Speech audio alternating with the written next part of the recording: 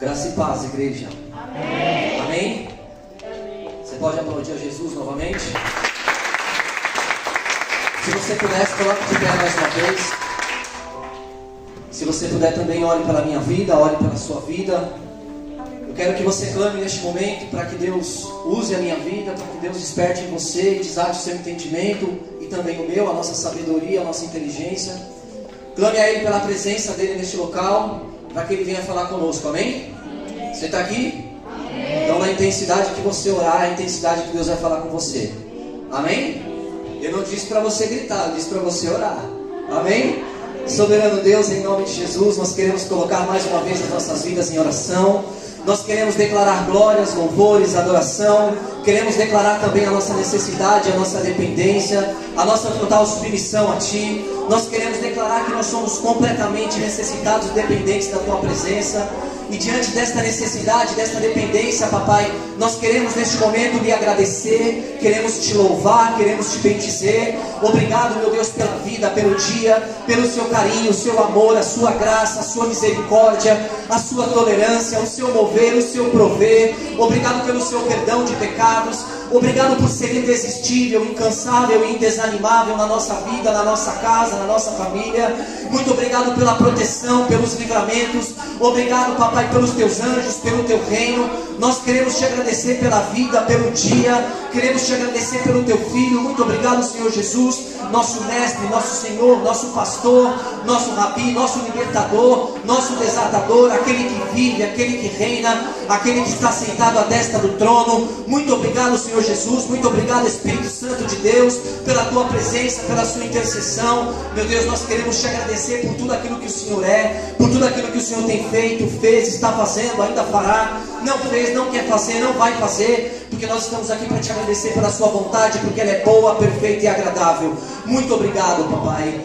Eu quero, meu Deus, em nome de Jesus, aproveitar este momento com a igreja, Papai, e clamar pela nossa vida, clamar por este culto, clamar para que o Senhor, Papai, em nome de Jesus, fale tremendamente conosco, meu Pai. Venha, Papai, em nome de Jesus, e nos diminua o nosso conceito, diminua, Papai, tudo aquilo que nós entendemos que é a nossa sabedoria, diminua, Papai, os nossos preconceitos, tudo aquilo que nós temos de estrutura enraizada em nós, a ponto de que verdadeiramente o Senhor derrame de um bálsamo novo, de uma unção nova, de uma palavra rema, aonde nós possamos estar, Papai, adquirindo entendimento, sabedoria, capacitação, inteligência, discernimento. Tudo isso emana do seu trono, Papai. Que não seja eu, mas sim o Senhor que esteja no comando, em nome do Senhor Jesus. Amém e amém. Amém? Você pode aplaudir o Senhor? Aplauda bem forte a Ele aí. Glória a Deus. Pode se sentar. Você sabe que toda vez que eu chego no púlpito, eu começo a olhar para os lados, que eu sempre derrubo alguma coisa. E aí, minha irmã? Tá me enxergando aqui?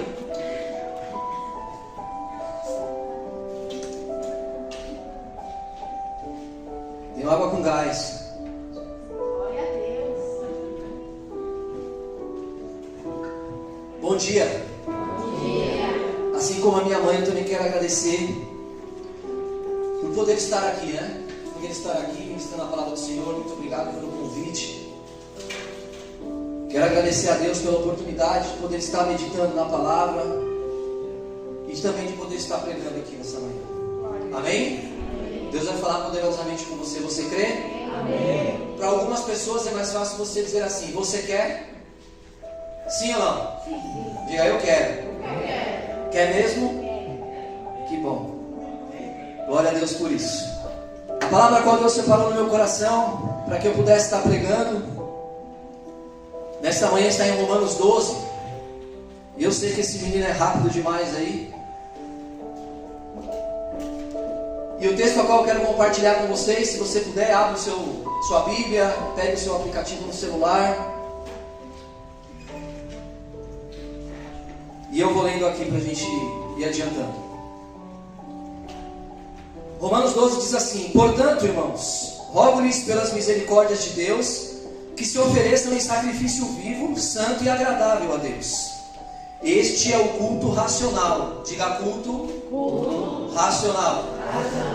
Eu poderia aqui só ministrar sobre culto racional e dizer: Culto racional trata-se de um culto voltado para a nossa mente, a nossa forma de pensar e de agir. Sim ou não? Sim. Isso quer dizer que a Bíblia está incitando, demonstrando, pedindo, e na minha opinião clamando, e na minha opinião trazendo um discernimento pela vida de Paulo, dizendo: olha, cultos mirabolantes não interessam para nós.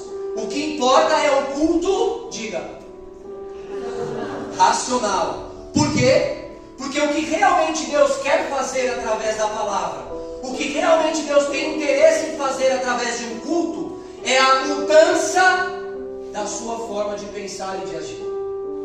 Por quê? Porque você mudando a sua forma de pensar e agir, tudo muda na sua vida. Inclusive, Abel, até a sua vida espiritual. Você está aqui? Amém. Isso quer dizer o quê? Que o Evangelho, ele não é 3 pulos de salonguinho para fazer o pedido. Ele não tem formas miraculosas e mirabolantes a ponto de que eu preciso fazer algo totalmente espiritual para que eu venha a receber em algo terreno a minha vida. E olha só que interessante, como eu disse que eu não ia ministrar somente sobre o culto racional, não se amoldem ao padrão deste mundo, mas transformem-se pela renovação da sua mente. É isso que você está lendo aí? Alguém está lendo diferente? Não estou dizendo isso por uma afronta, mas às vezes tem uma gramática diferente à Bíblia. É isso? Mas transforme-se pela renovação da mente, da sua mente, para que sejam capazes de experimentar e comprovar. Olha só que interessante. Se você for um bom avaliador de texto e verificar só a gramática da Bíblia, eu já não preciso ministrar mais nada. Por quê? Porque eu acabei de ler de que a Bíblia está dizendo para nós, em sacrifício vivo, de que nós devemos ter e fazer e entender que o sacrifício vivo é o culto racional. E eu entendo de que a Bíblia está pedindo isso para nós. E o que é interessante é que ela pede isso, e logo na sequência ela diz o quê? O que ela diz? Vamos ler novamente aqui. Mas transformem-se pela renovação da sua mente. Ou seja, quando você entende o culto racional, quando você verdadeiramente sabe de que Deus quer falar com você na sua mente, não quer aqui mexer com as suas emoções, não quero aqui que eu venha dizer para você sobre os seus problemas, as suas dificuldades, as suas crises, as suas depressões, e declarar sobre a sua vida de que você vai ser curado em nome de Jesus, e você recebe a mão de uma forma fervorosa, a ponto de que o milagre não acontece na sua vida. Por quê? Porque não é assim que Deus funciona. Vai! Não é assim, não é dessa forma. E aí a Bíblia diz assim: mas transformem-se pela renovação da sua mente. E aí ela traz uma conclusão. Qual é a conclusão? Qual é o resultado de você entender esse versículo bíblico? O resultado é exatamente agora: para que sejam capazes de experimentar e comprovar. Olha só. Para mim aqui poderia ser assim, Adriano: para que você experimente a boa, perfeita e agradável vontade de Deus. Mas ainda existe uma gramática adiante que diz assim: para que você comprove, experimente e comprove o que? A boa, perfeita e agradável vontade de Deus. Se você entender esse versículo bíblico, eu creio em nome de Jesus e declaro sobre a sua vida aí sim, de que a sua vida vai ser totalmente transformada aonde você tem mais problemas. Posso ouvir um amém? Amém. Posso lá ouvir um eu quero? Eu quero. Ou então vamos adiantar um pouquinho a nossa inteligência. Posso ouvir um eu preciso? Eu preciso. Porque isso desperta em você algo muito maior. Se você precisa é porque você quer. Se você quer é porque você vai fazer. Sim ou não? Sim. Mas isso não acontece muitas vezes. Porque muitas vezes o querer não é o poder. Então olha só que interessante. A Bíblia nos relata algo dizendo de que se você entender verdadeiramente a palavra de Deus, preste atenção em mim aqui, ó. Se você entender verdadeiramente a palavra de Deus, se você entender verdadeiramente o sentido de Deus, o sentido da sua vida, o sentido porque você está aqui hoje, o sentido pelo qual eu tenho que pregar uma palavra, a ponto de que em nenhum momento eu mexa com as suas emoções, somente com a sua razão e com o seu racional, a ponto de que você pare e pense assim: caramba, mano, eu preciso começar a pensar melhor. Sim ou não? E aí a Bíblia nos declara de que você vai viver a boa, perfeita e agradável vontade de Deus. E talvez eu poderia entrar aqui num conflito e dizer assim: será que você quer verdadeiramente viver a boa, perfeita e agradável vontade de Deus? Aliás, se você quer, a primeira coisa que você tem que fazer, e nem está no meu script aqui, é mudar a sua oração. Você pede demais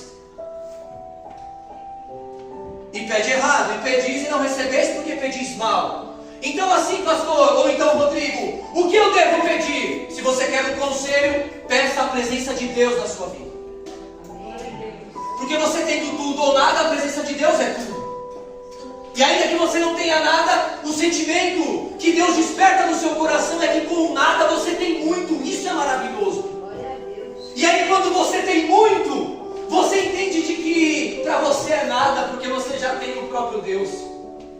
E aí você conseguiu avançar no seu intelecto e entender de que nada importa se você vai estar bem ou se você vai estar mal, ou se você vai ter dinheiro ou não vai, ou se vai receber uma promessa ou não, ou se vai conseguir uma bênção ou não. Por quê? Porque a sua felicidade não depende de momentos, porque a sua alegria está no Senhor, porque você presenciou aquilo que o dinheiro não pode pagar, que é a própria presença dele. Isso quer dizer o quê? De que muitas igrejas hoje têm muita palavra e pouca vontade. E pouca vontade de ter o quê? A presença de Deus. E quando você tem a presença de Deus, nada importa. Por quê? Porque a presença de Deus é tudo para você. Você está aqui? Amém. E aí eu te pergunto, se a Bíblia nos diz que nós devemos renovar a nossa mente, logo eu entendo de que eu preciso mudar as minhas atitudes. Eu preciso mudar a minha forma de agir. Por quê? Quando eu entendo que eu preciso mudar, eu mudo a minha forma de agir. Quando eu mudo a minha forma de agir, automaticamente eu mudo a minha forma de pensar. E quando eu mudo a minha forma de pensar, mãe, eu mudo a minha forma de viver. E quando eu mudo a minha forma de viver, Deus olha lá de cima e diz: opa, tem um versículo bíblico que está nele. Então se está nele, eu tenho que cumprir a minha palavra, e não por obrigação, e sim por amor. Eu vou derramar sobre ele a vontade boa, perfeita e agradável. É simples assim para receber bênção. Sim ou não? Mas para algumas pessoas você tem que dar 4 pulos, passar longuinho. Não é isso? Derrubar 14 vezes por semana os muros de Jericó. Não é isso? E até mexer com o mundo espiritual.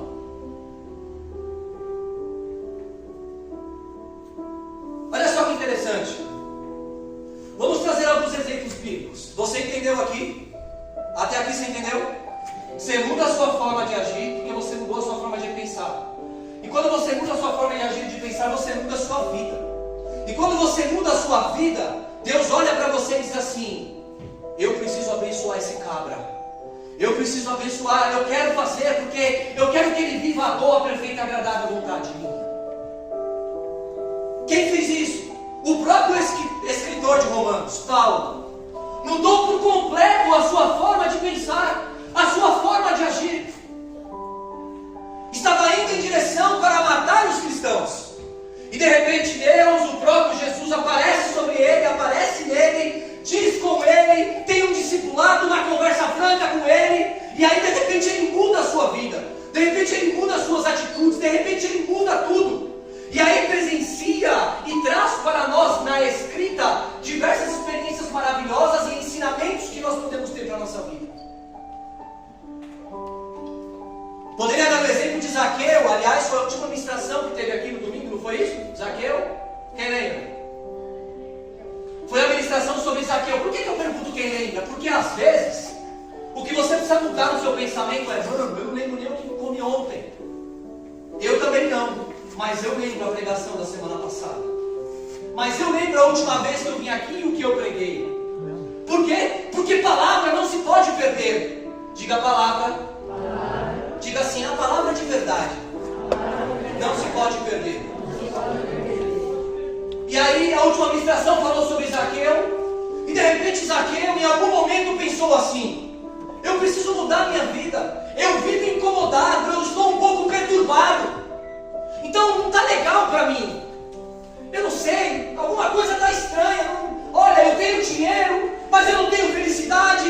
Olha, eu tenho status, eu tenho aqui meus investimentos. Para quem não sabe, né? A própria cobrança de impostos era visto como investimento para aqueles que tinham mais dinheiro. Porque eles podiam pagar o imposto daquela pessoa e depois cobrar a mais. E aí o que acontece? Zaqueu de repente ele para, pensa e logo existe. O que?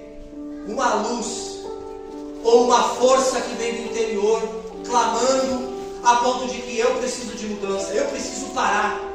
Mas ele não declara isso. O que ele faz? Ele demonstra com atitudes. O que? Eu preciso ver Jesus, eu preciso enxergar Jesus, eu quero ver esse cara passar aqui.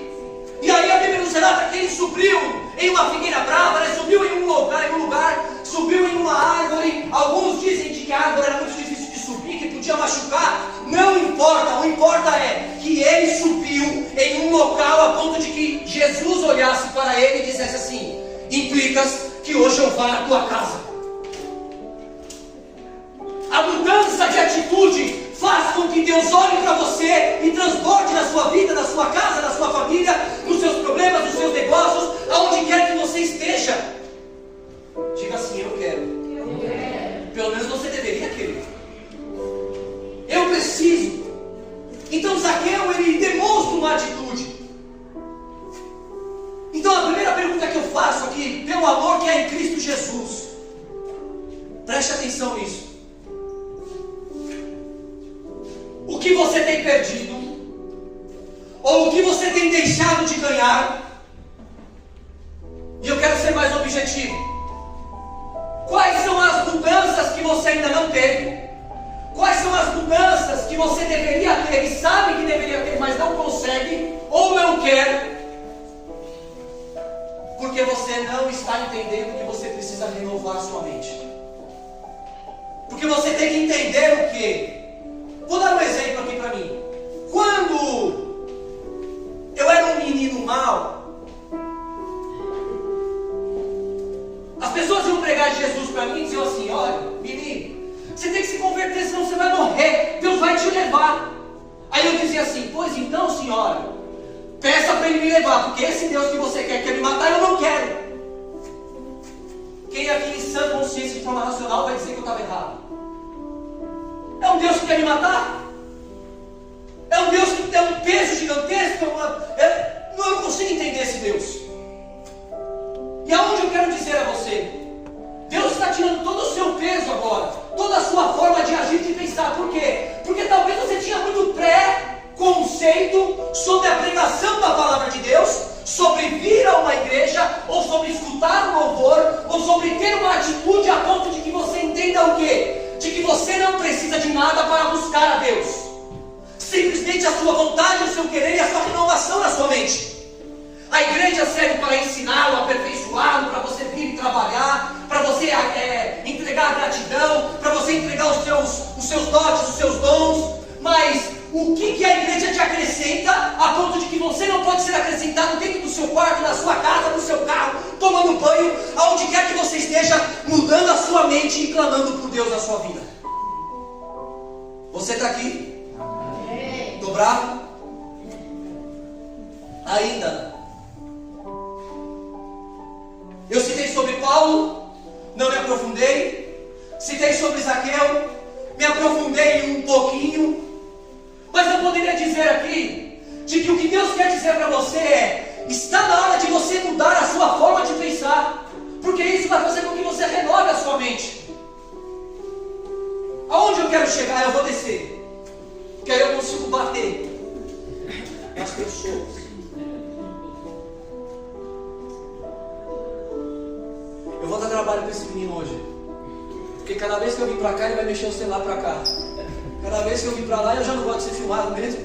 Porque às vezes eu falo uns palavrão, aí os outros no culto aí, ó, vai falar um monte aí, ó. É ou não é, mãe? Não, né? Nenhum palavrãozinho hoje.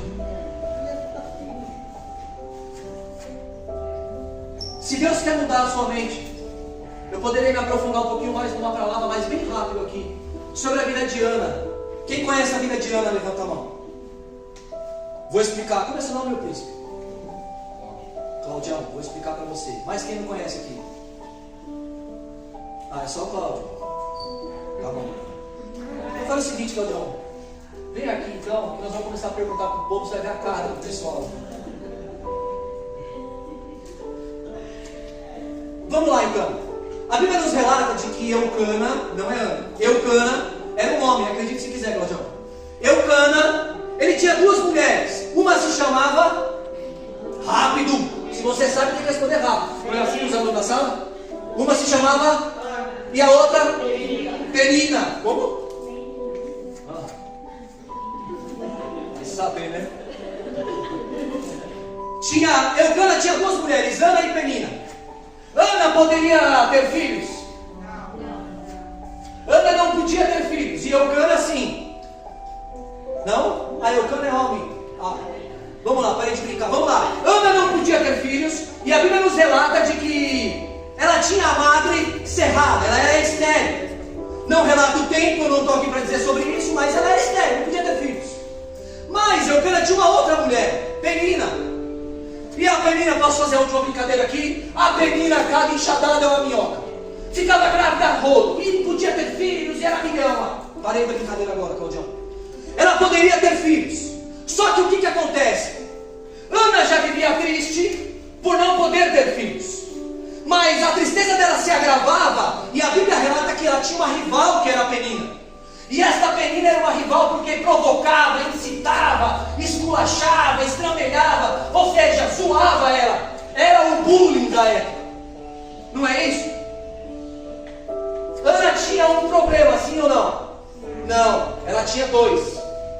Sim ou não? Ela tinha um problema, que era o problema dela, e ela tinha um problema que era a Penina, sim ou não? Ana tinha um problema, sim ou não? Diga não. Ana tinha dois problemas. E o que é interessante, e eu vou ser bem rápido, porque eu já ministrei sobre isso aqui. A Bíblia não relata em momento algum Ana reclamando com Deus porque era estéril. E a Bíblia também não relata em momento algum Ana orando a Deus, dizendo assim: serra a madre desta mulher também, mata os filhos dela, faz os filhos dela virar tudo maconheiro. Em nenhum momento Ana vem e diz assim: o meu Deus vai te catar. Em nenhum momento a Ana ora por justiça, clamando por piedade pela vida dela e querendo estraçalhar a vida de Penina. Aonde eu quero chegar? Eu quero chegar nas atitudes que você tem diante dos seus problemas, das suas dificuldades, e que Ana mostra completamente o contrário. Ela não reclama a Deus, ela não briga com uma rival, ela não está ali destruindo, ali perturbando a mente do marido. Ela não está ali por quê? Porque ela entende de que a esterilidade dela era motivo de milagre, e a Penina seria o quê? O trampolim para ela chegar até o milagre. Isso quer dizer o quê? A forma de Ana enxergar o problema mudou a vida dela, mudou a nossa que estamos recebendo essa palavra hoje, e mudou todo o contexto da palavra, porque ela recebeu o milagre da forma correta. Então ela sabia como mudar, como transicionar. Por quê? Porque você olha para o teu inimigo e quer matar. Porque você olha para o teu rival, não é isso, Michele? E quer matar. E quer orar por justiça, e quer fazer Deus. Não é possível. Põe a sua mão. Eu fico imaginando Deus assim: o teatro vai acabar que horas? Hein? A dramaturgia vai acabar que horas aqui? Não é isso? Então Ana, ela mostra para nós, mamãe, como nós devemos enxergar o nosso problema em individual e o nosso problema em grupinho, igreja. E o nosso problema no trabalho, igreja. E o nosso problema com o nosso marido e com a nossa esposa, papai e mamãe. Por quê? Porque porque ela enxergou da maneira correta. E o que é que eu estou querendo dizer aqui com Ana? Se você começar a enxergar os seus problemas de outra forma, se você começar a entender que os seus rivais só servem de trampolim para você, o que você vai fazer? Você vai mudar a sua mente. É isso, Claudião? E quando você muda a sua mente, o que acontece? Você muda as suas atitudes. Ou então você nem comete as atitudes que você iria cometer, carinho. E aí o que acontece? Você entra num rio e flui. Você tem noção, filha, o que é entrar nesse rio e fluir? Quantos anos você tem? Eu queria entender isso com 16 anos. É ou não é? Sim ou não? Você não sabe, né? Mas sabe o que acontece? Eu vou falar um negócio para você. O jovem paga para ver. Você sabe que o jovem é insano, né? Sabe por que ele é insano? Ele acorda querendo ser pastor, e dependendo do lugar que ele mora, a rua que ele vai, ou os amigos que ele anda, ele vai dormir querendo ser traficante. Sabia? É assim. Ainda bem que vocês não são assim. Posso ouvir uma vez? Você está aqui? Diga assim: eu não terei como Penina. Você pode dizer? Diga: eu não vou ser como Penina. Sabe por quê? Porque você tem que parar de irritar os outros também, meu. É chato pra caramba. Mas diga assim: eu vou pensar como Ana. Olha só que interessante. Eu fiz uma pergunta aqui, e aí eu fiz muitas coisas ao mesmo tempo, que eu vou fazer uma só agora. O que você tem deixado de ganhar, que é a boa, perfeita e agradável vontade de Deus, porque você continua pensando do jeito que você quer?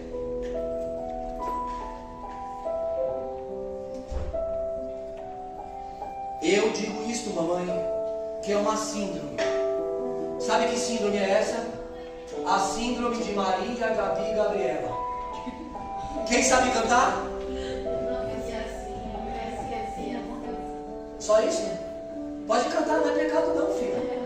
Como é que é? Eu nasci assim. Gabriela. Ó, meu Deus. Sabia essa uma coisa? Não menosprezando a Paty, mas se a Paty sabe, isso quer dizer que você também deveria saber o que Deus está querendo dizer aqui. Que bom, Paty, ver você interagindo com o culto e não dormindo. Glória a Deus, filho. Olha só que interessante. O que você tem perdido por não renovar a sua mente? Eu no seu lugar e no meu lugar, eu no meu lugar e no seu lugar estaria assim: mano, como eu tenho vacilado e perdido tempo com Deus. Quem aqui é como eu, dizendo isso, ou não? Eu tenho vacilado e perdido tempo com Deus. Olha só que interessante. A Bíblia nos relata de uma mulher. E o que é interessante é que eu estou citando só mulheres agora, né? A mulher do fluxo de sangue. Quem acertar o nome dela vai ganhar o meu carro.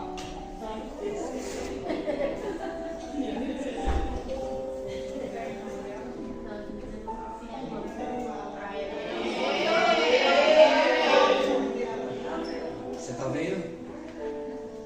Dormir não dorme, mas brincar gosta, né? A Bíblia não relata o nome dela. Devia ser Ivete, Ruth Carolina, Beth Josefina. Alguém já sabe a música que eu estou cantando aqui? Não, né? Claudião sabe? Sabe, Claudião? Sabe mesmo, Claudião? Claudião então era do rap das antigas. Ruth Carolina, Beth Josefina. Você conhece ou não? Você me decepcionou agora. Eu sou tão seu fã. Onde você vai, Danete? Eu já sabia. A Bíblia nos relata a mulher do fluxo de sangue.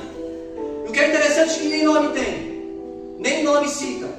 Mas olha só que interessante. Cita a mulher do fluxo de sangue em Mateus, em Marcos e em Lucas. Certo? Os 3 primeiros evangelhos do Novo Testamento. Correto? Estou correto? De que isso importa se é 3 se não é? Nada. Mas vamos lá. A Bíblia nos relata nos 3 textos de que ela sofria com o escorrimento, havia quanto tempo? 12 anos. Foi isso que você falou, não foi 12? Foi. 12 anos, sim ou não?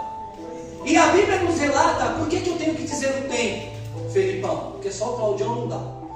Por que a Bíblia nos relata o tempo? Porque durante 12 anos, ela já tinha procurado de tudo. Macumbeiro, farofeiro, presepeiro, pai de santo. Ela procurou de tudo, mano. Procurou médico, procurou a ciência. E olha que o judeu tem uma ciência meio avançada para nós, não é isso? Então ela já tinha procurado de tudo durante 12 anos. Eu só não sei, mãe, se ela fez 3 pulinhos para Salomão. E o que ia adiantar se ela fizesse? Nada, isso aí. Mas a Bíblia nos relata de que ela sofria 12 anos por algo, certo? Então você imagina aquela mulher enraizada há 12 anos com um problema. E o que eu quero dizer? A inteligência. O tanto de problema que você tem, e não só isso, mas o tanto de problema que você acumula, e não só isso, mas o tanto de problema que você cultiva, isso quer dizer que você não resolveu. O tanto de problema, que problema gera problema por conta de um problema. Estou errado? A matemática está correta aqui? Ou seja, por causa de um problema ela deveria ter vários, e por conta do tempo mais vários, e por conta das tentativas mais vários, e por conta das frustrações mais vários. Estou errado ou não? Eu estou aumentando alguma coisa aqui ou não? Por conta de tudo isso, ela deveria ter muita coisa, para não falar bola, desculpa, na mente, sim ou não? Mas a Bíblia nos declara de que ela ouviu falar de Jesus. Presta atenção, meu. E eu vou dizer só para você, minha gata. Ela só ouviu.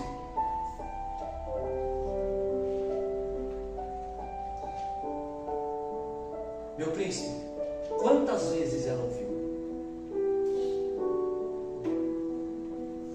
Fala mais alto. Ele disse uma.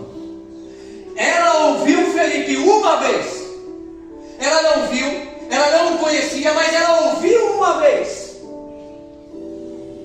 E por ela ter ouvido uma vez, despertou nela uma vontade. E quando despertou nela essa vontade, olha só que interessante. Preste atenção nesse milagre que Deus vai conceder na sua vida em nome de Jesus. Quando você ouve falar de Jesus e desperta em você uma vontade, Ele vai resolver todos os seus problemas. E se Ele não resolver todos os seus problemas, porque para Ele não era problema, Ele vai fazer com que você, com todos os seus problemas, decida algo para receber um milagre na sua vida. Você está entendendo o que Deus quer dizer para você? Ela só ouviu, e foi uma vez. E ela ouviu uma vez. E aí na cabeça dela, Felipe, transicionou tudo. Na cabeça dela mudou tudo. A mente dela mudou. Alguma coisa dela mudou a ponto de fazer o quê? Se eu mudar a minha forma de agir, ou se eu mudar a minha forma de pensar, eu vou mudar a forma de agir. Se eu mudar a minha forma de agir, eu vou começar a fazer as coisas. E se eu começar a fazer as coisas, tudo vai mudar. E se tudo vai mudar, eu vou receber o milagre que eu tanto quero. Então ela ouviu falar de Jesus, tirou todos os problemas da cabeça dela, todas as crises, todas as vírgulas, todos os mais, todos os porém, e ainda mais todos os sis, não é isso? Ah, mas e se? Ah, mas e se? Não é isso? Agora eu estou nervoso, meu irmão. Para de ser burro. Estou nervoso? Por quê? Porque é muito sim, é muito porém, é muito mais. Ah, porque não sei o quê. Porque eu não gosto do pastor, porque eu não gosto de que prega, porque eu não concordo com o louvor, porque eu não concordo com a igreja, porque é muita briga e contenda, porque é Israel, é Croácia, é Ucrânia, é o raio que o parta. E aí o que acontece? Diante de tudo que está acontecendo no mundo, a Bíblia ainda diz em Romanos 12 o quê? Sobre o que? Você não estar de acordo, ou você não estar, não querer essas coisas que o mundo tem dito. Por quê? Porque a maior guerra e o maior conflito hoje é por posse de terra, mas é por guerra e conflito de religiosidade. Porque um está certo, porque o outro está errado, não é isso? Porque o católico é isso, porque o candomblessista é aquilo, não é isso? Ah, porque a igreja pentecostal é dessa forma, a neopentecostal é outra. Eu não quero saber disso, eu quero saber de Jesus na minha vida. Você está aqui? Para quem não sabe, eu perco mais quilo que o Felipe correndo uma maratona de 42 km quando eu prego. Há alguém que acredite que isso aqui opera milagres. Para mim só me suja. Me deixa meio fedido. Você está aqui? Então, mãe, ela ouviu uma vez falar de Jesus. Eu poderia aqui ser um pouco sagaz e inteligente, Nilma, e dizer assim: quantas vezes você já ouviu falar de Jesus e não mudou a sua mente? Não mudou a sua atitude, não mudou o seu conceito, não mudou as suas crises, não mudou as suas dores, não mudou a sua forma de agir, não mudou a sua forma de pensar, continua sendo essa pessoa pequena, com pequenez, com pensamento pequeno, discutindo, com contenda, é treta, é discussão, é rival, é milagre.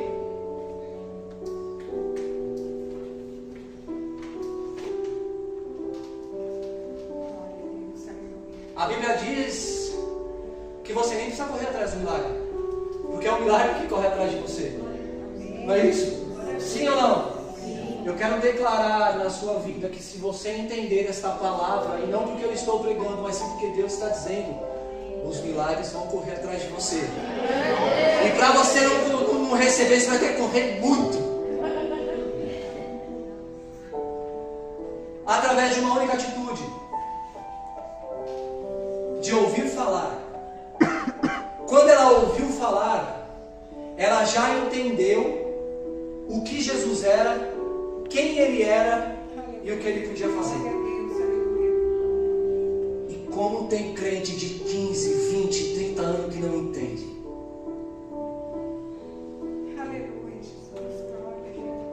Estou falando besteira? Quando ela entendeu isso, o que ela fez? Quem sabe? Quem que é o líder do teatro aqui? Não está aqui? Tem? Quem é Dani? Filha, não vai levantar a mão? Tá com medo, Dani? Não fica não. Você está com vergonha? Então vem aqui. Levanta, fica a mão. Ué, do teatro não pode ter vergonha.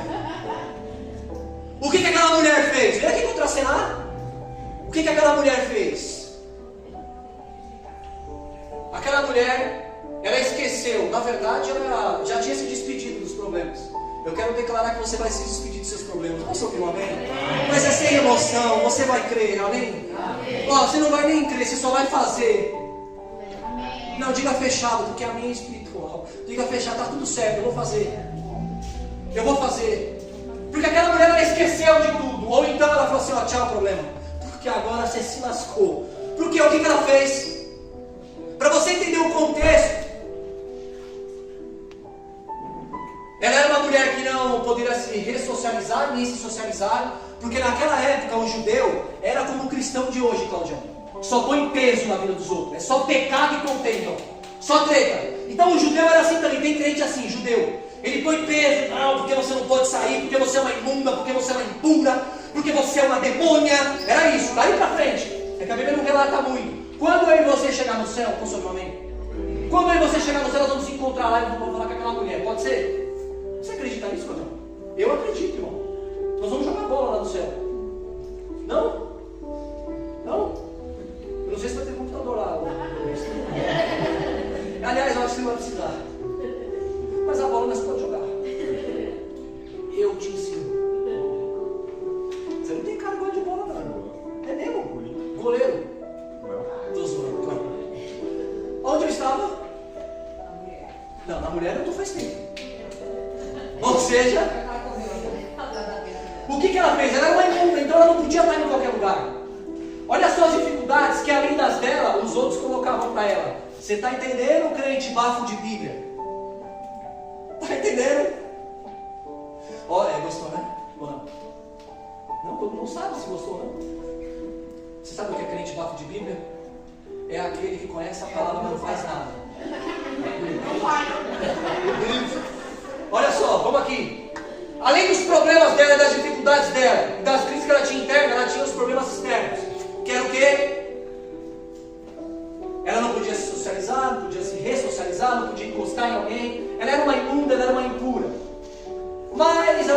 cresceu, ou então ela venceu, ou então ela ultrapassou, ela destroçou, ela avançou de tal forma que ela nem deu conta.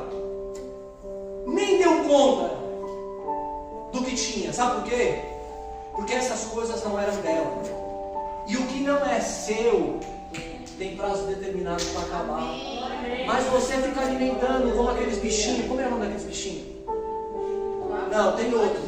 Na minha época era um outro nome. Fala aí pra vocês, vou lá, não é Orochi, como é o nome dos bichinhos que você dá? Não, tinha outro nome. Aí que eu sou de 81. Dona Neide tinha uns bichinhos assim que eles estão falando que é um miguxi, mas tinha outro nome. Você tinha que dar comida, né? Pra esse raio, senão ele morria. Entendeu? E o que era a comida? Era bloquinho que ia de um lado pro outro, assim, você apertava um botão. É, deve ser isso aí também. Bichinho virtual, pronto. Mas, olha só que interessante. A Bíblia nos relata de que ela venceu tudo isso, ela ultrapassou por tudo isso, ela esqueceu tudo isso, ou ela entendeu que tinha prazo determinado e não queria mais aquilo para ela. Deus está falando com você aqui? Se você entender essa palavra, eu quero declarar que alguns, não disse todos, alguns problemas da sua vida têm prazo determinado para acabar. Posso ouvir um amém? E às vezes 1 ou 2 já é um milagre na sua vida, meu irmão. E aí o que ela faz? Ela não se importa com nada. Ó o teatro. O que ela faz? Ela faz isso daqui, ó. Ela faz isso aqui, ó. Eu tento imaginar, eu queria que tivesse gente aqui. Ela ia fazer isso aqui, ó. Ela ia sair na mão com todo mundo, porque ela sabia que se tão somente ela tocasse na orla do manto. O que eu quero dizer aqui com essa banda que eu dei aqui?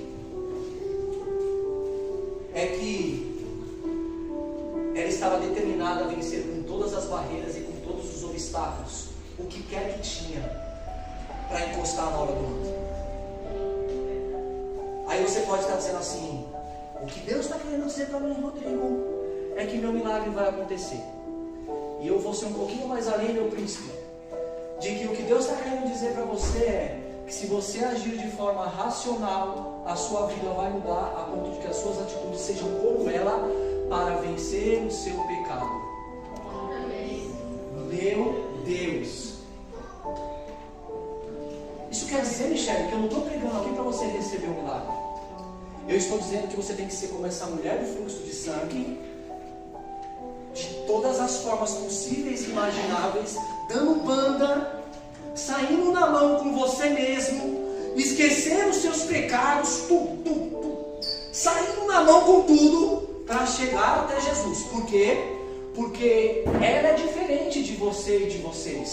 Ela ouviu só uma vez, e você já ouviu quantas? Eu digo você, eu e você, tá bom? Eu e você já ouvimos quantas vezes? E ela por uma vez só. Então a pergunta que eu faço, assim como Romanos 12:2 é: o que você tem perdido ou deixado de ganhar porque você não renovou sua mente? Eu faço a pergunta agora: o que você tem perdido ou deixado de ganhar ou deixado de vencer, que também é o seu pecado, porque você ouve Jesus, mas não tem a atitude como a mulher? Você está me entendendo? A atitude dela, porque ela mudou o pensamento dela, fez ela receber o milagre. Fez ela vencer os pecados, as falhas, os erros, as crises.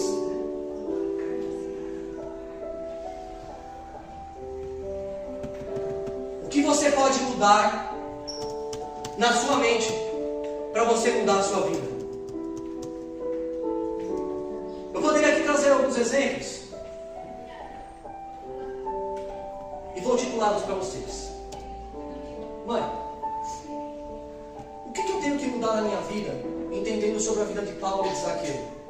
Eu tenho que entender que esses caras chegaram uma hora que eles disseram: para mim não dá mais desse jeito, já me encheu o saco, eu sou um cristão tonto, eu sou um judeu tonto, para mim não dá mais desse jeito, não dá, mano, minha vida é a mesma, eu venho na igreja, nada acontece, culpo o pastor, culpo a intercessão, eu culpo a marca do óleo de unção, sabe?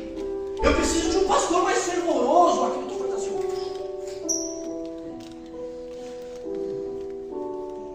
Será que não está na hora de a gente entender de que coisas não acontecem? E essas coisas que não acontecem, eu estarei direcionando na minha alma aqui no meu próprio pecado. Eu não consigo vencer o meu pecado por conta da mudança na minha mente. Porque às vezes você quer vencer o pecado. E às vezes você não consegue vencer o pecado. Agora a transição da mente faz você entender de que você precisa vencer o pecado. Aí você já deixa de discordar do que é, do que não é, do que vai ser.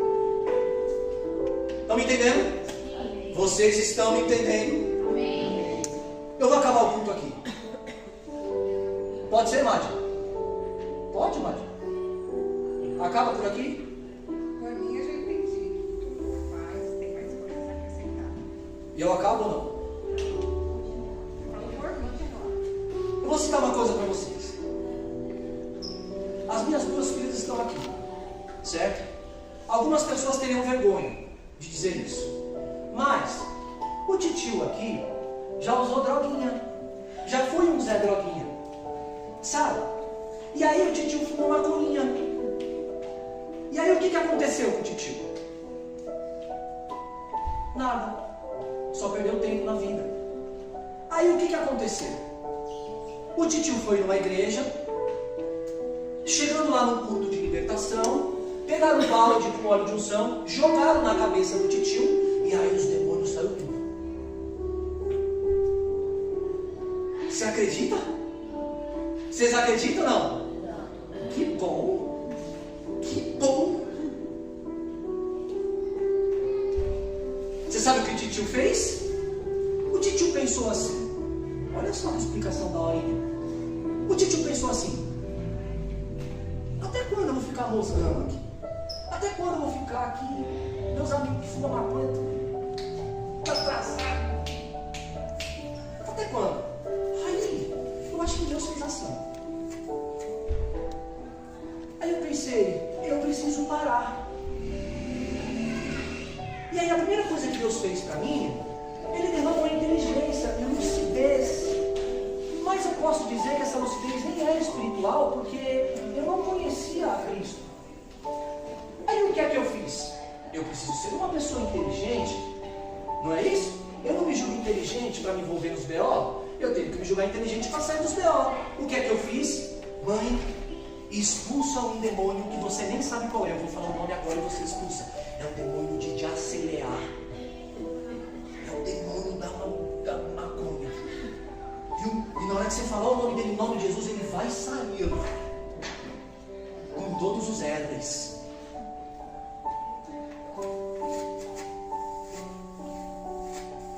E aí você pensa comigo que quando eu não estou preparado na minha transição de mente, ainda que Deus conceda a autoridade para expulsar, e eu não estou livre verdadeiramente na minha cabeça, o que é que vai acontecer? Ele vai sair e dizer assim: muito obrigado, porque eu estava cansado de ficar sozinho aqui, eu vou voltar com mais 7. Eu te agradeço por essa força.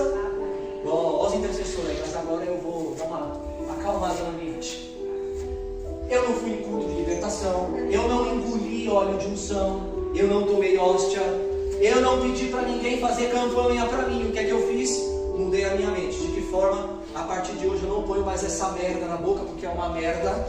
Eu não ponho mais isso na boca. E a partir de hoje eu vou lutar para que a minha vontade seja vencida pelo meu amor a Cristo. O que é que eu vou fazer? Eu não vou mais me envolver com os meus amigos, nem chegar perto deles, e nem ficar perto deles, por enquanto, até eu vencer esse diabo de vício, e depois eu ainda vou tentar trazer eles. Aonde eu quero chegar? Que em Tiago 4,7 diz assim: sujeitai-vos, pois, a Deus, resisti ao diabo, e ele fugirá de vós. Quando você se sujeita a Deus, e você resiste às tentações do diabo, você resiste ao seu pecado, olha a mudança no pensamento. O que é que acontece? O diabo foge de você. Então o que é que eu estou querendo dizer? De que o seu problema não é um problema de intercessão, não é um problema de demônio, é um problema de decisão. Você está aqui? E eu quero dizer de que ainda que existam demônios ao meu redor, ainda que exista qualquer outra coisa, eu não quero deixar você com medo, tá? Mas ainda que exista qualquer outra coisa, visão espiritual,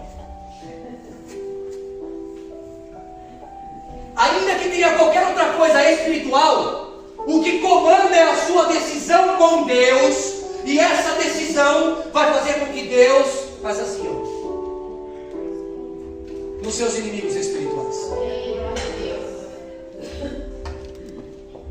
Você está me entendendo? Poderia aqui dar um exemplo e dizer de que quando você se sujeita a Deus, você resiste o diabo, tudo que está ao seu redor muda. E se tudo que está ao seu redor muda, é porque você mudou. Porque você atrai aquilo que você pensa. Você está aqui? Aí eu te pergunto, quantas vezes as pessoas entendem de que vai ser no óleo de unção, de que vai ser na oração de uma outra pessoa, de que vai ser numa campanha de libertação, de que vai ser no raio que o parta, para você receber o milagre que está dentro de você todos os dias? Você está aqui? Está na hora de você enxergar a sua guerra de forma diferente, assim como Ana enxergou. Poderia dizer aqui uma outra coisa. Como você enxerga o seu pecado? Eu sei que isso para mim vai ser um pouco difícil de pregar, mas eu vou pregar. Como você enxerga o seu pecado? Sabe por quê? Porque a forma que você enxerga ele, você consegue resolucionar ou cultivar ele. De que forma? Você quer um exemplo? Eu preciso que vocês me respondam. Ok? Sem vergonha. Por que você não peca? Eu vou dar um exemplo aqui.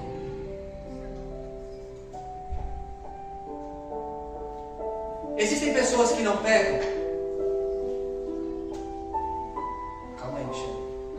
Você está mais inteligente que eu. Eu nem acompanhei esse raciocínio. Não existem pessoas que não pecam. Isso é bom, Michel.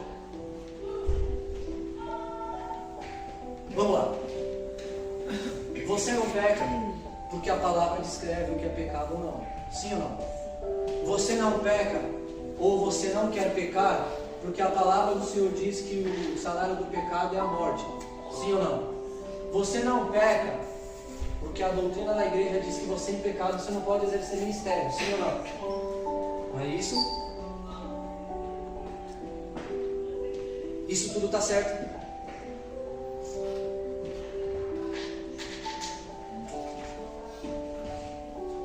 Se está certo, então você está errado, Michel.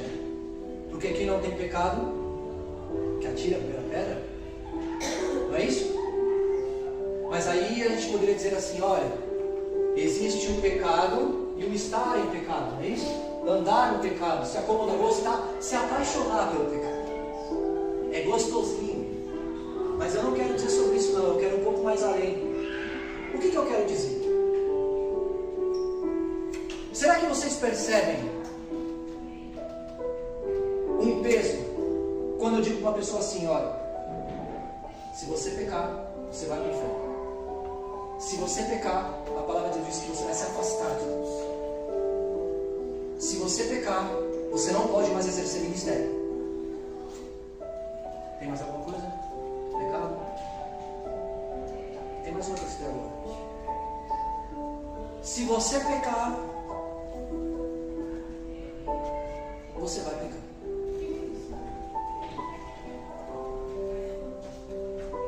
E aí a pessoa, ela não peca, ou ela deixa de pecar, ou ela luta muito para não pecar, porque se ela pecar, ela vai perder deles. Porque se ela pecar, ela vai perder o ministério dela. Porque se ela pecar, ela pode morrer a qualquer momento. Não é isso? Não está um pouco pesado? Para um bom entendedor aqui, minha palavra basta. Eu estou dizendo que é para você continuar pecando? Não. Estou dizendo demasiadamente, peca porque Deus é bom o tempo todo. E a misericórdia dele? Sim ou não? Preste atenção na minha forma de enxergar o pecado. E aí vocês podem avaliar e ver se eu estou certo, se eu estou errado, ou se eu e você estávamos certo e a minha é mais fácil. Porque a minha forma de enxergar é outra. Por que é que eu não peco? Ou por que é que eu luto para não pecar? Ou por que é que eu brigo para não pecar? Ou por que é que eu me vigio muito para não pecar? Não é porque alguém vai me afastar de ministério. Não é porque eu vou morrer. Não é porque Deus vai se afastar de mim. Porque eu entendo que eu não consigo me afastar de Deus. Porque Deus, Ele está em todos os lugares, em cada dos momentos, em todos os detalhes. E Deus, na sua mais alta e profunda e altíssima soberania, Ele sabe que nós somos carne. Isso quer dizer que nós temos pecados. Mas o que eu quero dizer é que eu enxergo o pecado de uma outra forma. Por quê? Porque eu tenho que enxergar de outra forma o porquê de eu não pecar, ou o porquê de eu diminuir a minha forma de pecar, ou mudar as minhas atitudes para pecar menos. Como é que eu penso?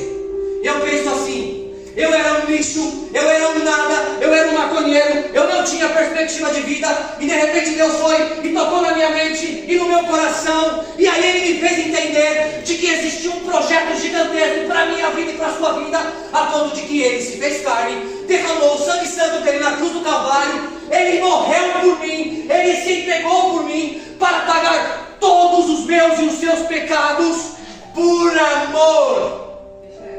E aí o que eu tenho que pensar? A única coisa é, se Deus pede para mim não pecar, eu preciso parar de pecar. Mas por quê? Por gratidão e por amor, não por ministério, por peso de morte.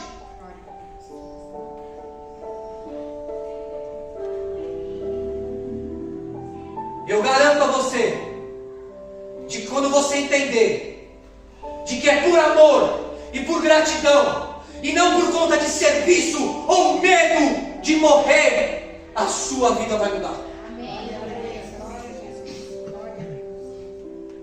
Quem aqui concorda comigo? Pouca gente. Claudião, você já é meu truta, concorda comigo? Felipão, e aí? E aí, meu príncipe Steve Jobs? Concorda comigo ou não? Certo? Por quê?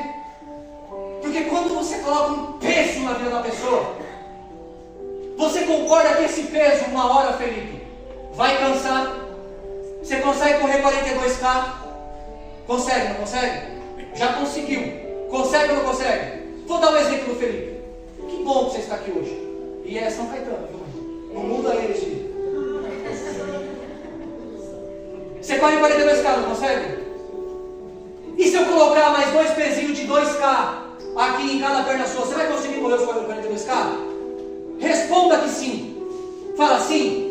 E se eu colocar mais 2? E se eu colocar mais 4? E se eu colocar a Laura nas suas costas? E se eu colocar uma Towner de hot dog nas suas costas? Não? Vai chegar uma hora que você vai... Presta atenção aqui, ó. Vai chegar uma hora que você vai parar. Mas você parou porque você cansou. Você cansou por quê? Porque você estava cheio de peso. Você estava cheio de peso porque ou você colocou, alguém colocou em você. E quem colocou em você, ou se alguém colocou em você, ou se foi você, esse peso não é seu. Ele não é seu. É por isso que muita gente cansa de ministério, cansa de igreja. Cansa por quê? Porque entende que vencer o pecado é um propósito de ministério. É um propósito de medo e de temor a ponto de que eu vou morrer a qualquer momento. E não por amor, e não por gratidão, e sim por obrigação. Aonde eu me baseio na Bíblia neste cansaço de eu ir retrocedendo até aqui? Vinde a mim, todos os que estão cansados e sobrecarregados, eu vos aliviarei. Aí você pode dizer de que é novo convertido de pecado, não é? E agora quando Deus diz assim, porque o meu jugo é suave, o meu fardo é... Ó, de boca cheia. Não é isso? Está na hora de você tornar a sua vida mais leve. Como? Mudando a sua forma de pensar. Sabe por quê, meu Steve? Como é seu nome, meu Cristo? Kaique. Eu só vou chamar você. Você me perdoa? E você sabe que é por amor, né? Aliás, eu vi sua garota aí. Ela falou pra você? Falou. Tava só aqui, ó. Deixa eu ver qual é que é dessa mina aí. Você é louco, tá com o meu truta e vai dar uma cara? Tô brincando, tô brincando. Onde eu estava? Tá vendo? Você fica podendo brincar. Preste atenção. Quando você muda a sua forma de pensar e de agir, a sua vida fica menos pesada. Sabe por quê? Porque você vive, e no que eu creio, tá? O verdadeiro Evangelho. O verdadeiro Evangelho. Você está aqui? Você quer viver esse verdadeiro Evangelho? Então você precisa mudar a sua forma de pensar, porque mudando a sua forma de pensar, você muda a sua forma de agir. Porque Paulo disse isso. Transforme-se. Renove-se. Renove a sua mente. Porque a sua vida vai ficar um pouco mais leve. Aí você vai dizer assim: ah não, pastor, a Bíblia diz que no fim dos tempos nós teremos aflições. Não é isso? É ou não é? Vamos debater, vamos montar no YouTube aqui as discussões e as contendas, não é isso? Não é isso? Não é isso que as pessoas gostam de ver? Ó, aquele pastor ali, malandro, na hora que ele fala na discussão, todo mundo fica quieto, ó, instigando. Vai ler você a Bíblia, mano. Vai ler você, vai você aprender, vai você buscar o que é cru, não tem gosto, sabe por quê? Porque Deus, Ele quer te ensinar tudo.